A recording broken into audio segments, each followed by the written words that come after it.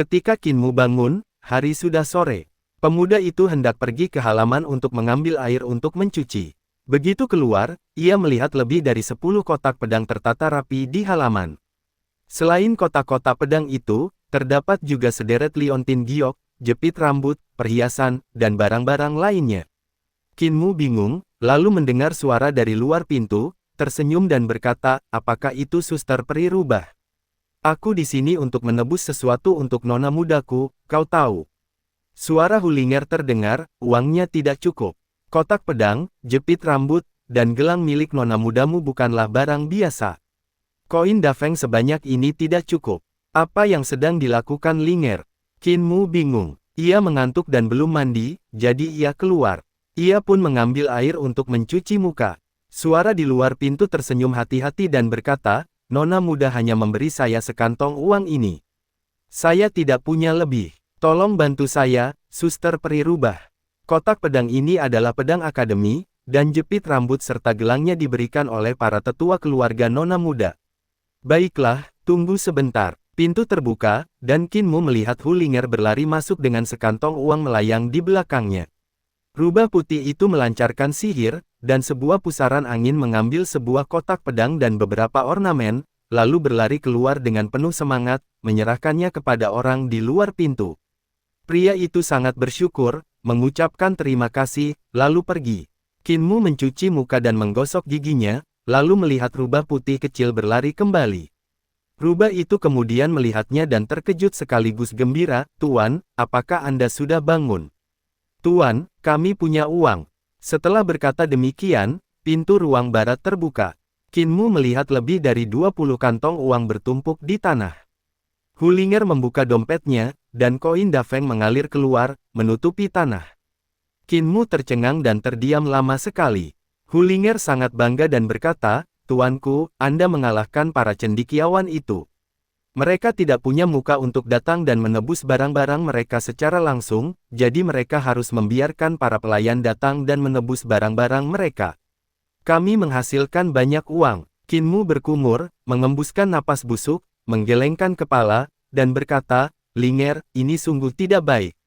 Aku sudah menghajar mereka 2 kali, dan kau malah merampok mereka dan meminta tebusan. Ini terlalu keterlaluan. Kalau mereka membayar tebusan, bagaimana mungkin aku masih punya nyali untuk menghajar mereka lagi di masa depan? Hulinger menjulurkan lidahnya, sedikit kesal, kita sudah pernah bertarung sekali. Waktu terakhir kali kau melawan mereka, bukankah kau merampok mereka? Bukankah itu kerugian besar? Kau tahu aturan daksu kami lebih baik daripada siapapun. Kau juga bilang sebelumnya bahwa merampok dengan keahlian tidak disebut perampokan. Qinmu menggelengkan kepala dan berkata, kau merampok mereka dan mengambil uang mereka. Aku khawatir aku akan berhati lembut dan menaruh perasaan pada mereka, jadi aku tidak akan bisa melakukannya lagi. Yah, uang kita hampir habis, dan uang ini bisa menopang kita untuk sementara waktu. Jangan merampok mereka lagi. Tunggu sampai uangnya habis dulu baru merampok mereka. Arus kas yang stabil akan bertahan lama. Hulinger mengangguk berulang kali dan berkata, Tuan muda, Anda sudah bangun. Saya akan pergi memasak. Apa? Sekarang kita sudah punya uang, ayo kita pergi ke kota dan makan makanan enak. Ada makanan lezat dari pegunungan dan laut, hati naga dan empedu burung phoenix, apapun pilihanmu. Pria dan rubah itu berjalan keluar dengan gembira. Rubah itu membawa sebuah dompet. Ada banyak cendekiawan yang tinggal di tempat ini. Ketika mereka melihat Qinmu dan rubah itu lewat, mereka buru-buru menutup pintu dan tidak berani bertemu dengannya. Qinmu bingung. Semua orang di akademi tahu bahwa para cendekiawan ini mengatakan bahwa dia telah mengalahkan mereka, dan dia jelas tidak memberi tahu siapapun tentang hal itu. Jadi, siapa yang membocorkannya? Di sebelah kediaman cendekiawan terdapat Taman Pangeran, tempat para pangeran, putri, dan putri dari keluarga kerajaan tinggal. Master Kekaisaran Yankang menetapkan aturan bahwa anak-anak kerajaan tidak perlu mengikuti ujian, asalkan mereka berusia 15 tahun, mereka dapat masuk Akademi Kekaisaran. Namun, para pangeran berstatus bangsawan, sehingga mereka tidak dapat tinggal bersama cendekiawan biasa, sehingga dibangunlah taman terpisah. Wei Yongzheng tersenyum kepada para pangeran dan berkata, kalian tidak tahu, para cendekiawan kita sedang bersenang-senang. Kinmu itu memukuli para cendekiawan itu lagi. Sungguh menyedihkan. Jangan bilang aku memberitahu siapapun tentang ini. Pemuda itu tersenyum dan berkata, nama saya Sen Wanyun. Saya baru di sini. Jika Anda butuh sesuatu, silakan datang. Kinmu menyebutkan namanya, dan keduanya berpapasan dan berjalan maju. Baru setelah aura di antara mereka menghilang, mereka merasa lega dan melangkah pergi. Adik junior baru ini sangat kuat. Sen Wanyun berbalik dan melirik Kinmu yang sedang menuruni gunung, seolah sedang memikirkan sesuatu. Kakak telah kembali. Para cendekiawan bersorak kegirangan. Banyak dari mereka keluar dari kediaman masing-masing dan menyapa Sen Wanyun. Sen Wanyun tersenyum dan berkata, Tuan-tuan, kita sudah lebih dari sebulan tidak bertemu. Mengapa kalian begitu merindukanku? Hei, mengapa kalian semua terluka? Kusi Mei, kalian juga terluka. Ada apa? Para cendekiawan yang berada di tengah semuanya tampak malu. Kakak perempuanku bernama Kuting. Ia berkata dengan malu, kakak, kau tidak tahu. Baru-baru ini, seorang murid terlantar dari Daksu datang ke akademi kami. Ia sangat kuat. Saat ujian masuk, Taois Lingyun ditikam olehnya dengan pedang kayu. Ia menjadi sangat populer di hadapan kaisar, dan kaisar mengizinkannya masuk akademi Tai kami. Kami sangat marah sehingga ingin memaksanya meninggalkan akademi Tai. Bagaimana mungkin seorang budak bisa menjadi teman sekelas kami? Sen Wanyun berkata, Taois Lingyun luar biasa. Dia mampu melukai Lingyun, yang menunjukkan bahwa dia hebat. Jika kau memprovokasi dia, kau akan kalah. Kalian berada di level yang sama, bagaimana mungkin kau bisa menjadi lawan Lingyun? Kuting berargumen, apa status kita? Di Yankang, orang-orang terlantar adalah budak. Budak dan hewan sama saja harganya. Jika kita belajar dengan hewan, bukankah kita akan menjadi hewan di mata orang lain? Sarjana Akademi Kekaisaran setidaknya adalah pejabat tingkat 8. Apakah orang-orang terlantar layak untuk mereka? Di mana wajah Akademi Kekaisaran? Dan, kakak senior, kita dipukuli oleh orang terlantar ini. Kita tidak memukulnya, tetapi dia memukul kita 2 kali. Sen Wanyun terkejut dan berkata, kamu pergi melawannya, jadi wajar saja kalau dia mengalahkanmu, dan kamu tidak bisa menyalahkannya. Kamu kalah, tapi dia menolak menyerah dan mengalahkanmu lagi, jadi dia salah. Para ulama itu tampak semakin malu dan tetap diam.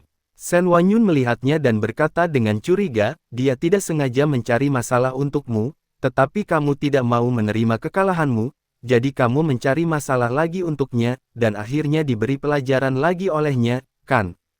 Kuting buru-buru berkata, ini bukan dendam pribadi, tapi reputasi si Ziju kita.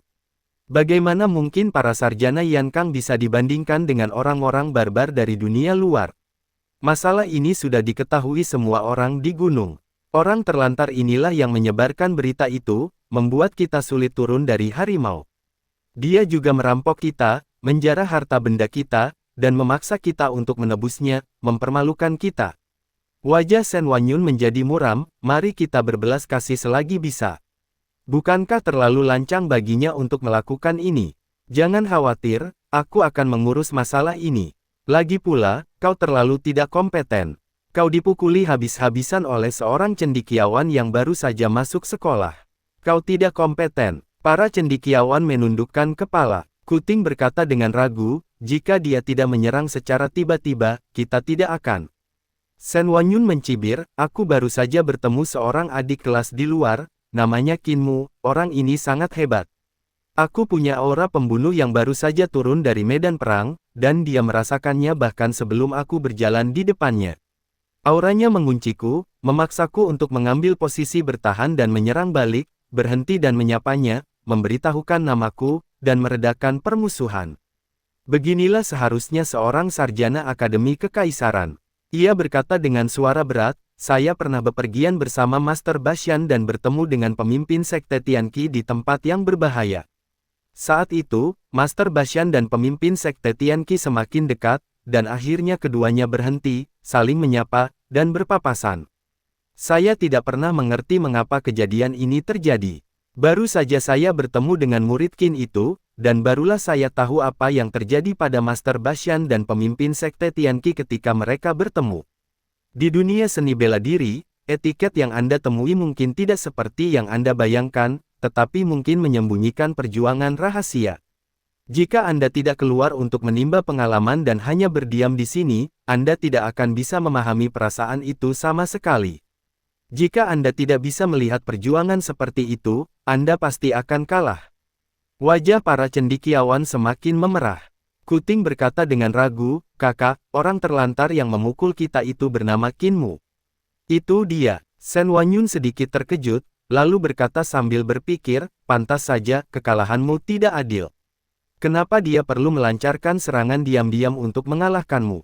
Tiba-tiba terdengar suara terkejut dari luar, "Kakak senior King Hong ada di sini." Shen Wanyun berbalik dan melihat seorang gadis berpakaian hijau datang ke kediaman cendekiawan. Gadis itu mengenakan pakaian ketat, bahkan rambutnya diikat, ditutupi jaring, lalu ditusuk dengan tusuk rambut kecil berwarna emas. Ia juga datang dari tempat lain, kelelahan, dan seharusnya baru saja turun dari kapal. Di belakangnya berdiri seorang pria kekar, yang sangat tinggi, 2 kali lipat pria biasa, kuat dan perkasa, dengan otot-otot yang kuat. Lelaki perkasa itu pun menggendong barang bawaan sang gadis dan membuntutinya menuju kediaman sang ulama. Yue King Hong datang bersama pria tegap itu, mengabaikan para cendekiawan yang datang menyambut mereka. Tatapannya langsung tertuju pada Shen Wanyun, lalu ia melangkah maju. Jarak mereka berdua masih sekitar 10 kaki. Yue King Hong berhenti, dan pria kekar di belakangnya juga berhenti. "Kakak," sapa Yue King Hong. Shen Wanyun membalas sapaannya, "Saudari Yue, dari mana asalmu?" Yue King Hong tersenyum dan berkata, "Aku baru saja kembali dari medan perang negara Langjutsu. Kudengar kakak senior juga pergi ke medan perang untuk berlatih." Shen Wanyun mengangguk, "Ya, saya pergi ke medan perang kerajaan Mandi dan bertempur beberapa kali melawan kaum barbar." "Anda telah membuat kemajuan pesat." Yue King Hong tersenyum dan berkata, "Kamu juga.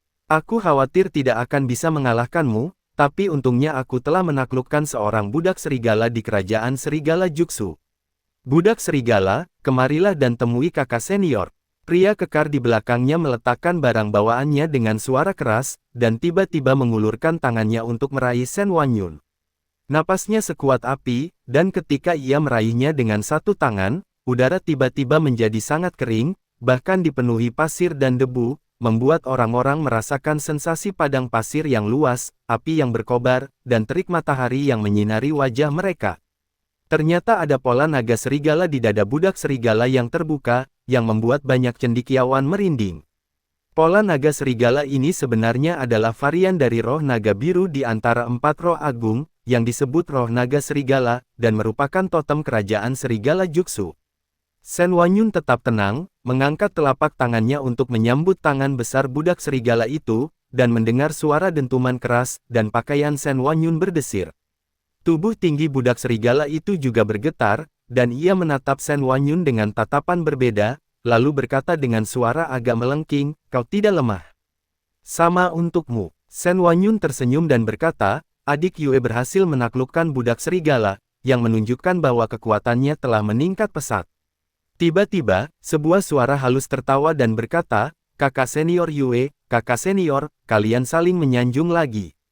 Kapan kalian bisa serendah hati aku?" Seorang pemuda lain datang menghampiri. Ia tidak berambut. Ia tampak seperti seorang biarawan berjubah putih, tetapi tidak ada bekas luka di kepalanya. "Adik Yun Kue," kata Shen Wanyun sopan. Biksu muda ini seharusnya mempraktikkan agama Buddha, tetapi pikirannya jelas bukan seorang Buddhis. Ia sangat kompetitif dan bersemangat untuk mencoba. Ia berkata, "Saya pergi ke Lijiang, tempat pemberontakan. Sekte pedang Lijiang dihancurkan, dan sekte-sekte lain di sana memberontak. Saya mengikuti pasukan untuk memadamkan pemberontakan. Akhir-akhir ini, saya telah memperoleh beberapa pengalaman, dan saya ingin meminta nasihat dari saudara senior Shen dan saudari senior Yue." Mata Yue King Hong berbinar, "Kita bertiga sudah bertengkar sejak masuk sekolah. Kita selalu lebih lemah dari kakak tertua, jadi kaulah kakak tertua Shizujuku. Namun, setelah melewati cobaan dan cobaan, aku khawatir Shizuju tidak akan punya kakak tertua lagi, hanya kakak perempuan." Shen Wanyun berkata dengan tenang, "Aku membunuh orang-orang barbar di perbatasan, dan mereka datang dengan kekuatan yang dahsyat dan aura pembunuh. Aku khawatir jika aku menyerang, akan ada korban. Namun, seorang pria kejam datang ke kediaman cendekiawan kita. Dia sangat ganas dan sebagian besar cendekiawan di kediaman cendekiawan dipukuli olehnya. Jika ada di antara kalian yang bisa mengalahkannya, aku akan menyerahkan posisi sebagai kakak tertua. Mata Yue Qinghong berbinar, kau tidak menyesalinya. Shen Wanyun tersenyum, kapan aku pernah menyesali perkataanku. Pria ini bernama Qin Mu, mengenakan pakaian brokat dan ditemani rubah putih. Dia sangat mudah dikenali. Aku baru saja bertemu dengannya saat turun gunung, dia pasti akan segera kembali. Yun Ke buru-buru melompat pergi sambil tertawa, Qin Mu ini, aku akan pergi dan membujuknya. Kakak senior Yue, jangan berkelahi denganku, biarkan aku memuaskan keinginan kakak seniorku dulu. Yue Qinghong memperhatikan kepergiannya dan mencibir, pencuri botak ini berpura-pura menjadi biksu agung, tapi dia yang paling tidak sabaran. Bahkan kakak senior Shen pun merasa sulit menghadapinya, jadi dia jelas bukan orang baik. Kakak seniorku, apa kalian semua pernah dikalahkan oleh Qin Mu?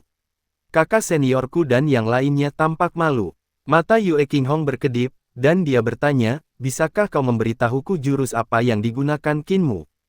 Serangan semacam ini seharusnya merupakan semacam teknik tinju yang dipadukan dengan mantra. Mantra merupakan serangan terhadap jiwa, sementara teknik tinju Entangling Dragon dan Sitting Elephant merupakan serangan terhadap tubuh fisik. Kedua serangan itu digabung jadi satu, sehingga terciptalah ilusi seekor naga mengaum dan seekor gajah bersiul, seekor naga terjerat dalam seekor gajah, yang hampir merupakan kekuatan supranatural, memperlihatkan betapa hebatnya biksu berjubah putih ini. Qin Mu sangat terdorong dan tidak dapat menahan perasaan sedikit gembira.